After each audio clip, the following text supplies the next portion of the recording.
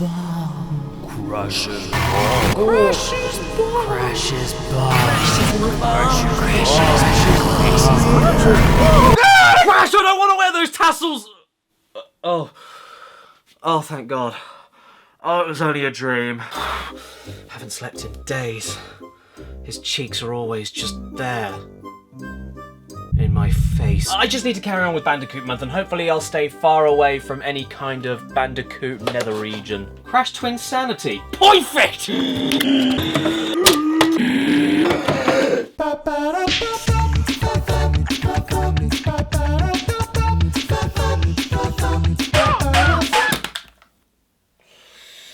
No.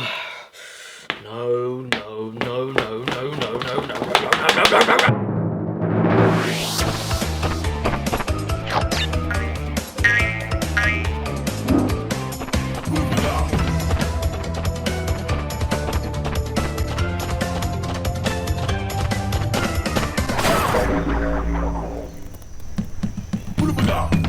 Crash Twinsanity. Technically Crash Bandicoot 5 since it takes place straight after Wrath of Cortex. What the hell can you say about this one? I mean, it's such a crazy concept in the first place. Oh, Crash and Cortex trying to work together. But they can't! How wacky! They can't be a team, they're the hero and villain! This is an order. Aside from that though, for the first time in a mainline Crash game, the devs decided to scrap the idea of stage-by-stage progression and individual levels and turn what was a simple platformer series into a big old open-ended adventure with individual set pieces linked together. Whether or not it worked is what I hope to answer in today's video, but if you've ever gone online in your life and looked at a review of Twinsanity, you'll see that loads of people love the game, and just as many people hate it. But with a pretty unoriginal concept in the first place and a rather disappointing previous outing, I personally don't hold out too much hope. Can't wait! The game begins and we see Crash's sister Coco playing with a butterfly while Kitty Flasher Cortex hides behind a tree ready to shoot her. Luckily, not with a camera. He sets up Coco for an electric stun, looms over her motionless body, and then we cut to Crash in the middle of doing something with the shoe of a sweaty tourist. Look, I'm an open-minded guy, but Christ, the smell. And just when you think the game couldn't get any weirder, this happens. There's something weird going on in the bay! Ah! Ow!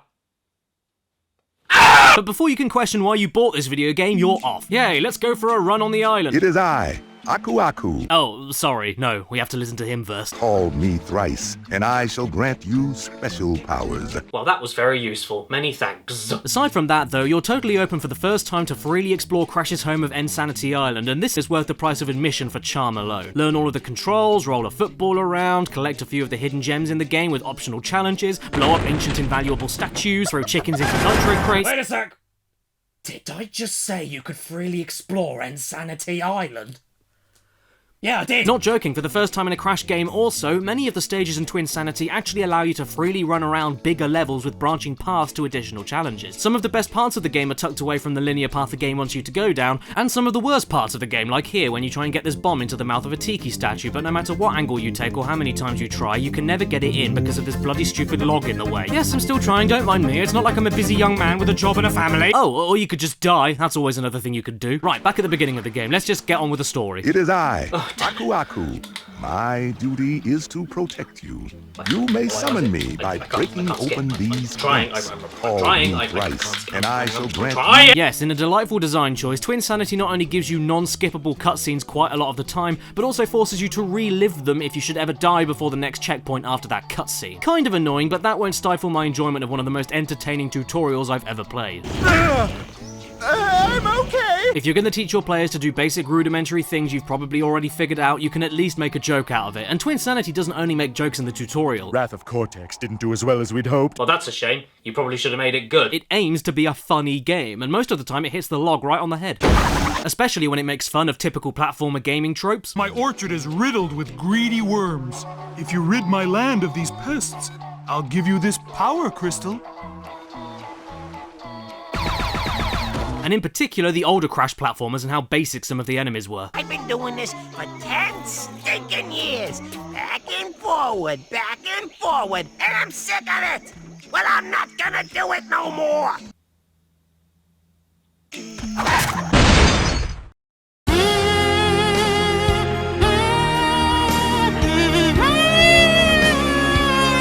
This then, surprisingly, leads us straight onto the first boss, but against who?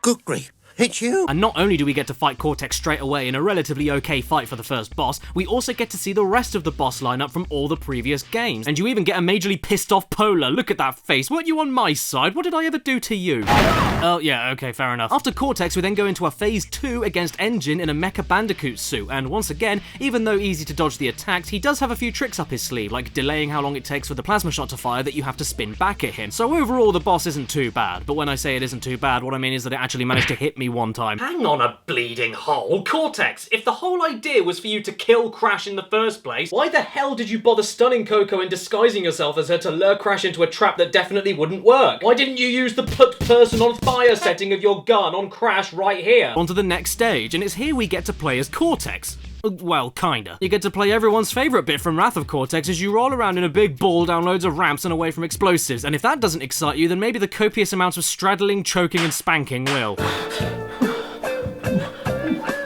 At this point, you find yourself your first crystal, and after a very brief combat encounter, get introduced to gameplay style number 3, where we grab onto Cortex trying to hold onto the crystal, and have to work around him without the ability to double jump, and use him to spin enemies, head smash into metal crates, and even throw him across the stage so he can reach enemies, gems, and switches that you aren't able to. These parts of the game do come back up later, and I find them halfway decent, I suppose, if only for the fact that basic running and jumping needs a little bit more thought put into it, with Cortex needing throwing all over the place. Plus, it's not a big deal if he falls off the arena, since he teleports right back to you. The same goes if you throw him to another platform and there's nothing for him to interact with. So the pace of the game isn't interrupted by clumsy AI or anything. You're free to experiment with Cortex. But it's at this point in the game, going through these caves, where my game decides to glitch inside out of its own rectum. I fell through a platform here, couldn't get a wheel to spin here, got stuck running in place here, and when Cortex finally left me alone, the frame rate tanked so hard on me I felt like I was watching the Hindenburg disaster. Crash, what the hell are you doing? And in my favourite bit of the game, every time I lost a life around this part because of the frame rate, the screen would quickly fade to black and then very suddenly cut back to the last checkpoint with what sounded like someone getting shot off screen.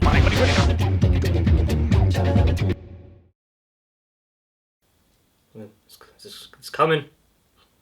It's gonna happen. You watch, you wait. It's just coming. It's gonna happen. Oh look, it's Pappu Pappu! Thanks so much for facing the camera. I've had enough looking at cracks to last me a lifetime. Does this mean that we'll get an epic rematch that rivals Crash Bash? Or Crash what? Well, we'll see very soon. This next part of the game is gameplay style number 4. It involves Cortex being chased around by bees on a set pathway, and he doesn't stop for love nor money, so you need to platform alongside him to promptly activate TNT detonators and wooden switches ahead of time to get him safely across the terrain. It's another really fun part of the game in my opinion, since it isn't really an escort mission. You just need to be able to platform quickly, do the right things ahead of time quickly, and know when to jump on and off pressure points to save yourself and Cortex simultaneously. It's still focused around Crash platforming, so I'm okay with it. Oh, Crash looks around depending on where you point the right analog stick, that's cute. Also, the game has to warn you to watch out for those man traps, because I can't mansplain it to you while I'm manspreading. Am I going too fast for you? I'm really sorry if I am, but I actually can't help it. I mean, we've barely played the game for 45 minutes, and already this much stuff has happened, and this is just what Twinsanity is like, so get used to it. Twinsanity isn't so much a typical Crash game as it is more like Rayman 2, but with asphyxiation and shoe sniffing. Not only are you thrown into one long connected adventure instead of separate stages, but the amount you get tasked with doing and the changes the game brings to you every other stage is reminiscent of that game too, and in my opinion that's not a bad thing as long as you can keep tonally and contextually consistent, which Twinsanity does pretty well, as does Rayman 2. And yeah, I suppose you could say the game is called Twinsanity for the fact you go through a million gameplay styles and there's 2 of you to switch between, but that's not entirely the case. The main villains of this game are the reason the game is called this, and it's here we get introduced to them. That feels good. I was bursting in there. They're terrible and easily the worst part of the game. How are you fools before the awesome might of the evil twins? Bloody Nora, even their names are creatively bankrupt. The Evil Twins? Can you get much more basic than that? Why are they so terrible? Everything about them sucks. Why did you stop there? Why didn't you call them the Foul Brothers? The Bad Relatives? The Naughty Siblings. And with that, they're gone as quickly as they were introduced. Thanks, game. We need to get a kidnapped Cortex that throws us into yet another gameplay mechanic, stealth, which doesn't add anything to the game, honestly. The platforming is the same, but you just need to crouch inside boats and behind reeds before you see these big googly eyes staring down at you. It's brief though, so it's relatively harmless, and luckily after that we get to a part where we have to body slam a worm in order to chase it around an arena across many obstacles and enemies in order to force it upwards towards a totem pole Cortex is stuck on and then bounce on its head to free him. Plus, there's even some optional platforming tasks to do around here for some extra goodies, if that so tickles your nipple mouth. Oh wow, now this feels familiar. Yes, we get a classic Crash chase segment. I'm digging this harder than a funeral director. But even though this part of the game is a great time and very nostalgic, it's also the last time you get to see Pappu Pappu. Yes, I know. But don't be too disappointed, guys, because remember that gallery of rogues we saw earlier? That must have been a teaser for all the classic Crash bosses that will come back. I'm sure there'll be more later. Shh. I think it's best that no one tells him. And after this part, where it's impossible to hurt these worms with our own bodies, but Cortex's head works just fine, we bump into the evil twins again. See you around, losers! Say, is it lunchtime yet? Ha, he's hungry and that's more important to him than stopping the good guys. That was a joke. And they leave us alone with a boss level that we've always wanted to fight in every Crash game before now. Two-Facey McForearms, who's so intimidating and dangerous that he even hurts you when he's already dead. After being told from the evil twins that they're going to destroy the entire world, including Crash and Cortex, we reluctantly decide to work together to take them down and head for Cortex's lair in an iceberg somewhere in order to come up with a plan. While we're here, we're treated to another open space with many branching paths to really damn good optional tasks in order to grab more gems, including hidden ones that show the extent of how cleverly placed they'll be in the future. But aside from the optional stuff, we also get some genuinely solid platforming all the way to the top of the iceberg, ending up at what I think is the best slapstick gag in the game. Fish?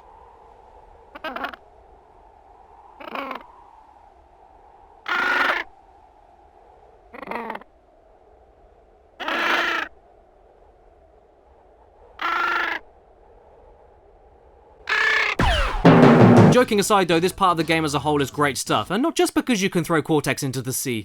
The gem hunting challenges get way more creative and difficult, and the linear platforming segments, whether it's Crash on his own or including Cortex with the throwing and bashing, expand on what we did at the beginning of the game beautifully, with bottomless pits, moving platforms, enemies in between that you need to think creatively to get around, and plenty more hazards to avoid. And as a bonus, oh my giddy Aunt Fanny, the music is great.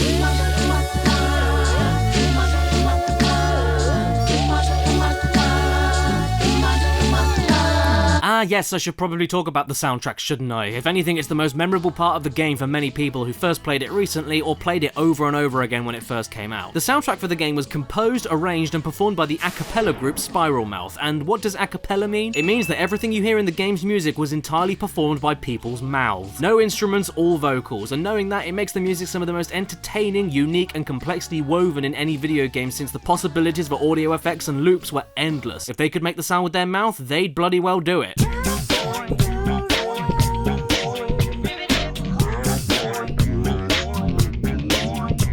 You know what they should have called it? Aku Aku Pella. Unfortunately though, even though I love it to pieces, I can't say it's for everyone. It's an acquired taste to be sure, and in some of the more extreme tracks, you'll either listen to it like this, or think it just sounds like a load of gas. Okay, Mr. Mouth, thank you so much for coming in, and whenever you're ready, you can start laying the track down. Okay, thanks. That was brilliant. What? What you just did? Perfect. I was just clearing my throat. Oh, sorry. Please continue. Okay. Got it! Oh, what? That's what I needed. I burped. How are you this talented? Look, can we just start this again? No need, I'm done. What do you think?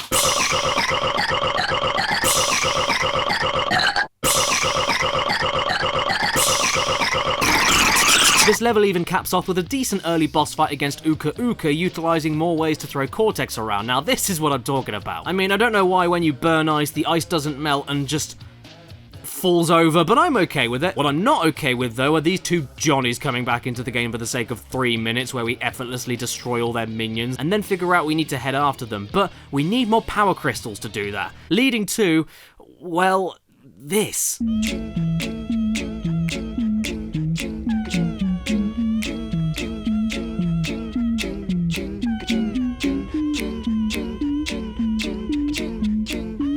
I think we know who missed breakfast because Crash is ready to eat. Oh, wait. Oh, okay. That's more like it. Phew. Well, I suppose in his head, if there's no hog to hump or bear to bonk, you just gotta ride the nearest scientist. That's fair. And this part of the game of snowboarding at high speeds downhill on Cortex's face is hella fun because of that. You get to do some acrobatics. There's a little chase segment here. Cortex kisses his area goodbye. You try to grab this gem hiding inside some gears, but I swear to God it's absolutely impossible. And you even stumble into an adult club that Cortex runs, eh? Are those real? And even worse, his mum works there. Mother? What's the rating on this game? 3+. Mummy, what's that on the telly? Oh, don't worry, darling. That's just Daddy's brothel. I also really didn't need to know that Dingodile has to use an outhouse, meaning that I'm now beginning to question if he has the PP of a dingo or a crocodile. Sorry, I'm getting distracted. Anyway, after the Cortex sledging, we head off to Engine's battleship to grab some more power crystals to power that dimensional rift device, and... Ah! Oof. Engine, are you okay?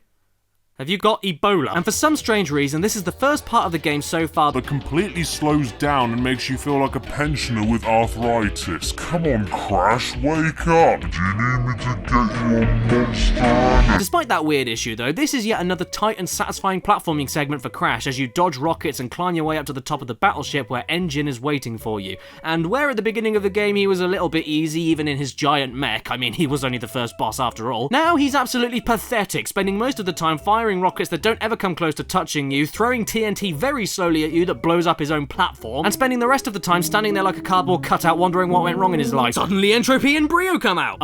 Okay. I mean, I'm not complaining, of course, classic Crash characters and all, and we even get to fight them. But I am complaining because this fight here is probably more pathetic than the Engine one we just had. Does Brio do anything else except bounce towards you even slower than Tiny Tiger in Crash 3? No. And does Tropy do anything more except hit random blocks of ice that you are never ever close to? No. So it's nice to see them, of course, but ultimately it's a little bit shit. Time to move on and get that device powered up to stop the... evil twins, and then Coco appears out of absolutely nowhere and messes everything up. No, don't do that, Coke! Oh, that's just perfect. Now she's incapacitated again and the machine has been broken, meaning we have to go and get Cortex's niece of all people to help us fix it. Poor old Coco, she hasn't been dealt the best hand in this game, has she? I'm just gonna go over to her and see if she's okay.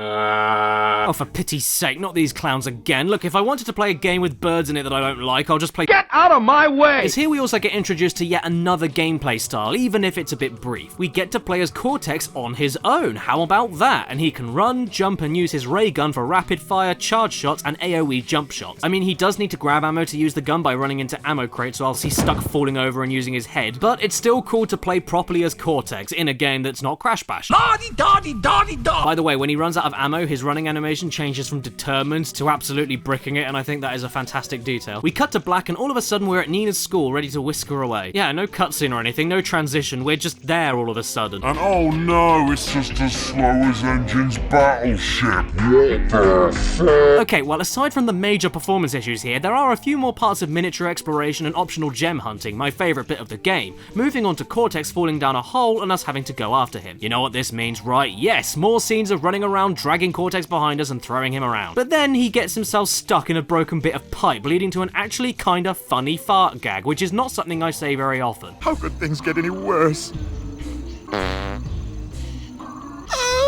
Now we've got some more classic Crash platforming parts here, mixed in with a bit of Cortex rolling, sounds like I'm making a cake. And we need to spin all of these blue vents in order to correct these pipes so that Cortex can be safely flushed through them and activate more platforms for us to progress further on. And honestly, I just find it insane that Sonic couldn't get ball rolling puzzles nailed in 2006, 2 years after Twinsanity, when this game manages to get the controls sorted for rolling things around. Once you start rolling something, you're soft locked onto it until you move away from it or jump, meaning that if you move forward, left or right and then just let go of the analog stick, the ball will stay still. It won't roll away from you unless you jump or move backwards. So all of these parts are not very painful because of that. Anyway, a bit more of that happens and then we're on to Dingodile, baby, who at this point is easily the best boss in the game. It may not be as clever as Crash 3's idea of using his own attacks to destroy his own shield, but I gotta be honest, this is a damn good alternate take on the formula. In fact, I think I might like this fight just as much. Throughout the fight, you have to escape him shooting into the sky, firing in circles around him that you need to jump over or slide under, firing a torrent of flames that you have no choice but to run away from, and sometimes does these things while flipping between following you and going off on his own directions and going lower and higher at random points. After a while, you then have to trick him into shooting an air vent, causing a body slam button to appear to put the flames out around him, and then voila, smack him in the face onto the next phase. It's an aggressive and fast-paced fight, and the coolest thing about it is that unlike many other Crash bosses that go through the exact same loop of attack patterns after each life bar is taken down, Dingodile does do the same order of attacks in the fight if you start from the beginning, but never does a set set looped pattern of attacks after each life bar goes down, making it much harder to remember what he's about to do and makes the fight way more tense. It's really great stuff, and once we knock him down, we go up on a platform over here and end up back at the schoolyard where Cortex falls down a hole and we need to go after him. Okay, talk about deja vu. I swear to God we've already done this. Yes, we have. We bloody have. The game has repeated itself. Help me, get me out of here. What? I can't go back? What is this? Even Dingodile comes back. What in the bucket St. Christopher is going on? I know I mentioned the unskippable cutscenes earlier, but this is where they really start becoming a problem. If being forced to sit through them again whenever you die wasn't enough, coupling that with being accidentally stuck replaying the same stage you already just finished 5 minutes ago makes them even more aggravating. And yes, I found out the hard way that you can indeed get yourself stuck in previous stages that you need to recomplete in order to exit just for going the wrong way, which isn't too difficult to do because of the more open approach to how the levels connect together. What I should have done at this point, instead of heading back to where the world started right over here, was actually go through this door that I didn't even realise was shut and I hadn't been inside yet at the beginning of the level. Isn't that special? Once inside this random building, we do a little bit more crash platforming, including doing a little bit more stealth that we haven't had since 3 hours ago, and then do a really enjoyable and difficult part of trying to escape rising acid while avoiding enemies, activating metal crates,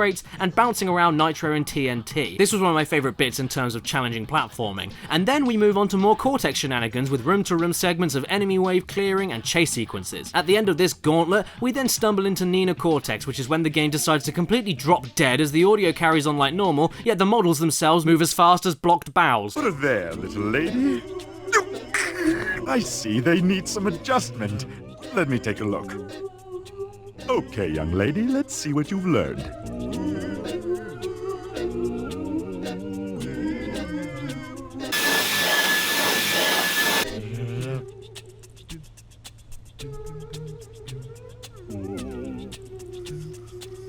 Do you want another gameplay style now? No? Good, because here's another gameplay style. We now get to play as Nina for a few minutes, leaping from rooftop to rooftop and wall jumping with this bionic claw device. It's kind of the same stuff you've been doing as Crash, but just replacing the double jump and faster movement with a claw hand that lets you grab onto walls and jump onto other walls. And it's here that I got really curious on the performance issues, because this is the only part of the game where it is this consistently bad. Yeah, there have been a few stuttering issues on the odd occasion, and Engine's Battleship wasn't too great with the slowdown, but that was literally it. The Academy of Evil segment of the game is outright unplayably slow for most of it, which then turns what would usually be just an okay part of the game with Nina's more restrictive control style into just plain bad. Cortex is at least different enough with the rapid fire gunning, but with Nina, if the game is going to run this slowly, I'd much rather have the faster movement and double jump that Crash has. The claw grip doesn't add any additional challenge to anything. It's not even as skill heavy as a wall jump. You just press a button to lock onto something and then jump off and press the button again to lock onto something else. You can't go wrong. This is kind of the same thing I felt with Coco in Wrath of Cortex. I mean, I love the character and it's really cool to play as them, even though Coco's level design in Wrath of Cortex was actually much better than this. And Nina's bionic goth schoolgirl aesthetic is fantastic. Look at the lowercase n on her forehead. That's ingenious. I think I'll do that later with me and my son. But where both of these character stages are far from bad, yes, even Nina's, it's the slowdown that makes it worse,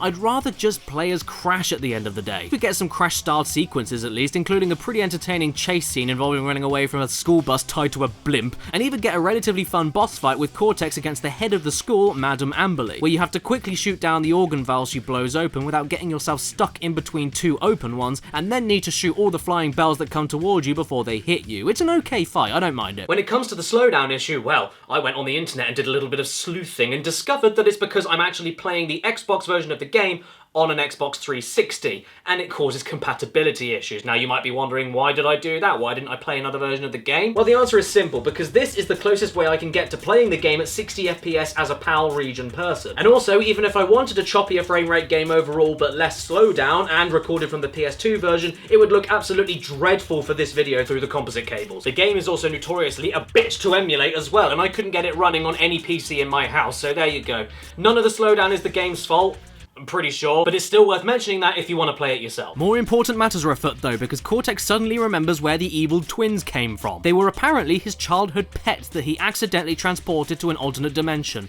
And that's it. You're the worst. So with Nina's help to fix the machine, let's get to that alternate dimension and track them down. But better watch out for Crash's evil twin who just appeared out of nowhere. Okay, my god, Twinsanity, I understand, I get it. You're supposed to be a little bit crazy and a bit, oh, I'm so random, you'll love me when you get to know me, I'm absolutely hilarious, but you need to slow down a little bit. The amount of new bad guys, new characters, new bosses, new one-off gameplay sequences, this is too much. Nothing has time to simmer. And out of everything that we've seen so far, why include the laziest and most boring possible stereotype you could have done this late into the game? I mean, look, fake Crash is in the other games, I get that, but first of all, he's so ridiculous and a bonus character that can't be taken seriously anyway, and secondly, he's based off of a Japanese bootleg toy Crash from the mid-90s, but evil Crash, an evil twin brother of Crash that's part of the story and literally just called Evil Crash? I mean, come on, guys. Oh, now what? Who's at the door? Hello, Caddy. Oh no, it's my evil twin brother, Baddie. I hear you don't like the evil twin trope, so I'm here to fight you. No. Where did he go? Oh, he's still there. Anyway, after that totally out of nowhere scene, Nina then gets kidnapped by evil Crash and we have to go after her, which is followed up by my favourite line in the entire game. My daughter, niece! And because Cortex is bent over a railing, once again, Crash gets a little bit too hungry for his 5 a day. 3+, guys. 3+. Toddlers in the UK are hardcore. Hooray, hooray. It's another sliding section. And compared to the last one, this one is actually pretty damn tricky. Not because you're chasing evil Crash, he doesn't actually get in the way at all, but because of the absurd amount of explosives strewn around the place. It makes it engaging though, it's not a bad thing. And combined with the ludicrous speeds you reach, this is a gameplay section I really do enjoy. I wish that there were box gems to get or something so that I would have an extra reason to try a bit harder to aim where I'm going, but you know, whatever. Back on dry land, we then partake in another escorting chase mission with evil Crash going after Cortex on another level to you, which is more of the same stuff as we had before, but with more trick switches that you need to leave alone, otherwise you'll kill Cortex, and more timed sequences that you need to get right. I never thought I'd say escorting was fun, but there you go, this is pretty fun. After which, Cortex buggers off towards the other end of the island so we can— If Cortex can do that whenever he wants, then why is this game built around dragging Cortex behind you?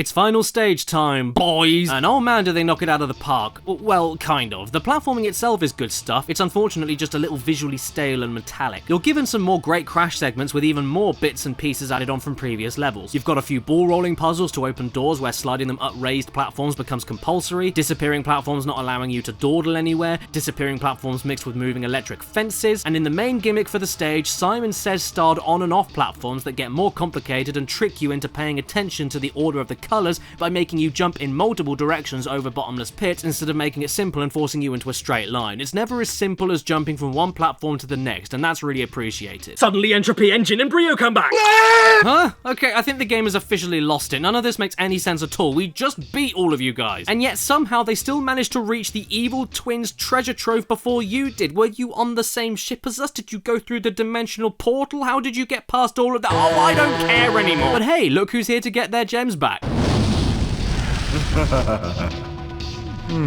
Oh, I have a great idea. Let's make a game together, it'll be brilliant. Off to the final boss we go, and my personal pick for the worst part of the whole damn game. What a way to end. This was years ago. I really don't remember enough of it to comment. What I do remember is that this was just a really cool fight and a nice way to cap off Crash's arguably wackiest adventure. Sure, you get to take down the evil twins as Cortex, Crash, and Nina, but each of these boss battle phases don't utilise any of what the characters do in any vaguely interesting way. To start with, I lost countless lives as Nina at the beginning of the fight because the grapple hook absolutely refused to work half the time. Look, what am I doing wrong? The prompt is green, the grapple comes out, why do I keep missing it? Even better, every time I fell to the bottom and got mullered by the army waiting for me below, I was stuck into watching another unskippable cutscene at the beginning of the fight. If by some miracle the grapple works for you, phase 2 is with Cortex running in one direction for what feels like 4 hours, spamming the shoot button towards 2 individual targets for roughly 500,600 bullets whenever you aren't being shot at yourself. And the final segment, which does let you control Crash inside the Mecha Bandicoot. Sounds cool and everything, but all you do is run once again in one direction until you're safe to shoot the boss, except there's now a shield with gaps in it. The horror! By the way, mess up at any point of this fight and you have to start at the very beginning of the tedium. along with the unskippable cutscene. Cortex, I'm starting to get sick of looking at you wetting. If all goes well though, you'll suddenly just win, causing the evil twins to immediately appear in front of evil Crash. Oh yes, he was a character in this video game. The birds get eaten, thank God, and Cortex finally gives into the charade of needing to work with his arch nemesis to save his own skin, and tries getting rid of Crash to the alternate dimension once and for all. Obviously, as it always does, this goes completely wrong, causing Cortex to shrink in a pretty funny switch around callback to the huge adventure on GBA, and gets stuck in Crash's brain, being forced to watch an army of bandicoots doing, oh lovely, the Crash dance. Okay, this is a pretty satisfying ending to be fair, and an appropriate conclusion to the absolutely nuts adventure that you just embarked on. But was the nutsness of the adventure worth it at the end of the day? Well, I enjoyed it.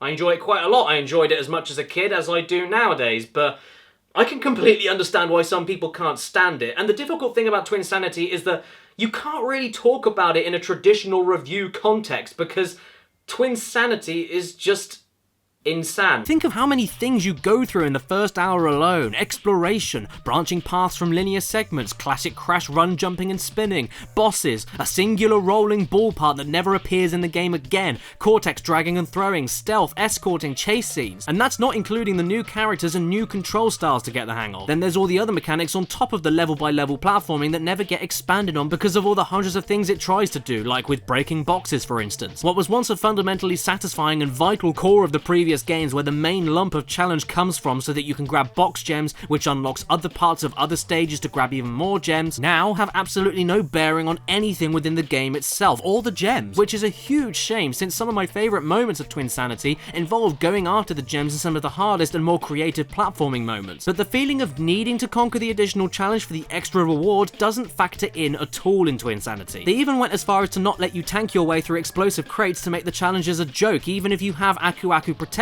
you, so clearly the effort went into these parts. They wanted you to play them in their own way, but it doesn't mean anything aside from unlocking concept art and videos, which at the time I'm sure were very cool, but now you can just look it up online. And you also get a really unfunny 100% secret ending that lasts 1 minute and 10 seconds. For any other optional part of the game, especially the box breaking, well, there's lots of lives hidden within the mini challenge segments, and most of the time they involve you having to break other boxes to get to them. But most of the time the reward of the singular life isn't worth the risk, since getting that individual life will more often than not cause you to lose a life trying to get it. Combine that with the lack of a box gem and no reason for you to try hitting all the boxes in the first place, and there's just no point going after any boxes for anything. And so while you're busy checking in online for all the unlockables that you missed, you'll also discover that the reason Twinsanity feels so haphazard and rushed in most places is because it's actually partly an unfinished game. There are full-on levels, voice clips, animations, characters and code still hidden in the game that you can discover online. And this makes me feel as though Vivendi Games and Sierra Entertainment, who published this game, wanted to get this out as soon as possible to cross-promote with Spyro: A Hero's Tale, another game they were publishing, and make up for the losses that Wrath of Cortex left the companies with. A bit more time and focus with more consistent gameplay sections, more complex bosses, characters having reasons to exist, and less jumping all over the place with separate plot threads that make you totally forget that these two are supposed to be the main villains, and this could have been amazing. With all that considered, even though I personally still really enjoy Twinsanity for the hot mess that it is,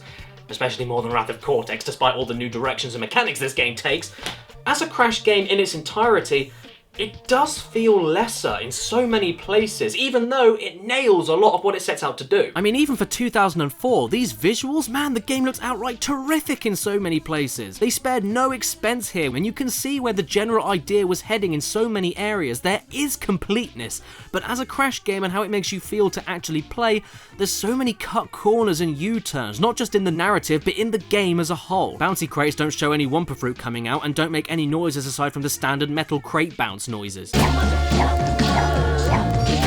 slide jump is absolutely pathetic, since it isn't high, isn't long, locks you into a jump arc, and isn't useful at a single point in the game. If a surface isn't part of the environment, you will not get a shadow to show you where you'll land, especially annoying around any kind of box bouncing. Tons of sound effects appear to be outright missing. There's a few death animations present, but most of the time when you lose a life, the game silently cuts to black before throwing you unceremoniously back at the checkpoint like you just changed the TV channel. Uka Uka as the spirit mask for Cortex and Nina is a lovely detail, but he has exactly the same noises as Aku Aku. Slide-only enemies appear a grand total of once in the whole game, and that's in the tutorial. And speaking of, there are constant tutorial boxes placed everywhere throughout the game, even towards the ending, taking any element of brief puzzle solving or obvious gratifying discovery out of the window. You also want to see the invincibility state for Aku Aku when you get 3 crates of him? Yes, this is it, no music or anything, and actually, you don't get any invincibility either, since explosives still harm you. Only enemies cannot harm you, so why not just have a hit point system?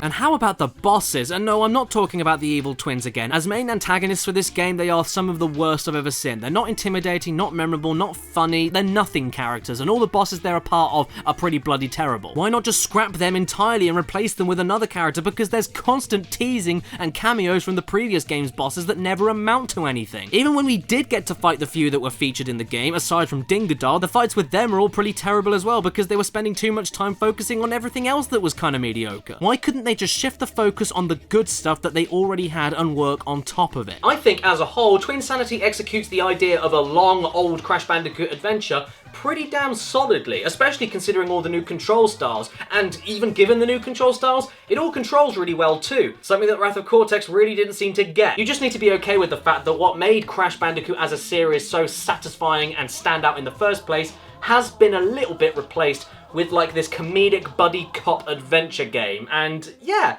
I don't hate it, don't particularly love it either. I really enjoy the game actually, but I do think it's a little bit too scattered and lost in its own ambitions to be considered a true Crash Bandicoot classic.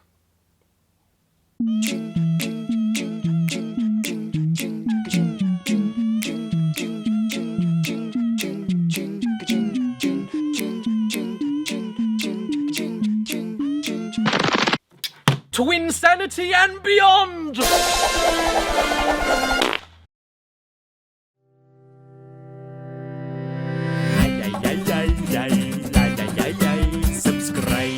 Hey everybody, thank you so much for watching today's video. There will be outtakes at the end of this video, so please stay tuned for that. But first of all, I just want to thank you again for staying until the end of this video, because you see the time. I know I sound like a broken record at this point if you follow my social media, but do you see the time in the UK right now? 4:25 in the morning. That has basically been my life for the last like day after day after day after the last week. How long it's taken me to make this video, I don't know how long it's taken, but anyway, Twinsanity video has been a long time coming. I figured I'd save it for a Bandicoot month. This was the perfect time to do it. And so thank you if you decided to watch it until the very end. It means so much to me because a lot of work went into it. It was very fun to make. And also, special thanks to every person on the screen right now who have supported this channel via Patreon. Thank you so much, guys. None of this would be possible without you. And before we go on to the outtakes, special thanks to the top tier supporters for this month. Basil, Cyberpunk Symphony, Dave Marshall, Crotchety Old Emu, Daniel Leon, Mitchell Reed, AD Thornton Smith, Fart Rules, The Mirthful Misanthrope, Eurgh, I'm really sorry dude, I recognise you from the Discord, but I don't know how to say the name now that I think about it. Exopaz, Matthew Hubble, Matthew O'Donnell, TARDIS Type 40, Slowponk, Zachary Bourne, Ray Slocum, Luke Jones, Jurgen Pickoff, Joey Crew, Jezebel, The Game Shed, Nickpicker01 on YouTube, Joshua Roberts, Chris NSF92, I'm really sorry dude, I'd love to say your username, but I think I would get demonetized just from that alone, and Alex Van Kirk. Thank you so much, every single one of you amazing people. I heard you don't like the... No, that's not the word. Suddenly entropy and... But don't be too disappointed, because remember that massive gallery of Suddenly entropy and...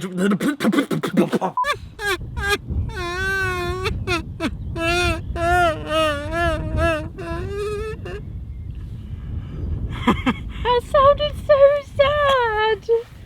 Oh. I don't... Oh, no. Suddenly entropy embryo and Gingivitis. Suddenly entropy NG and...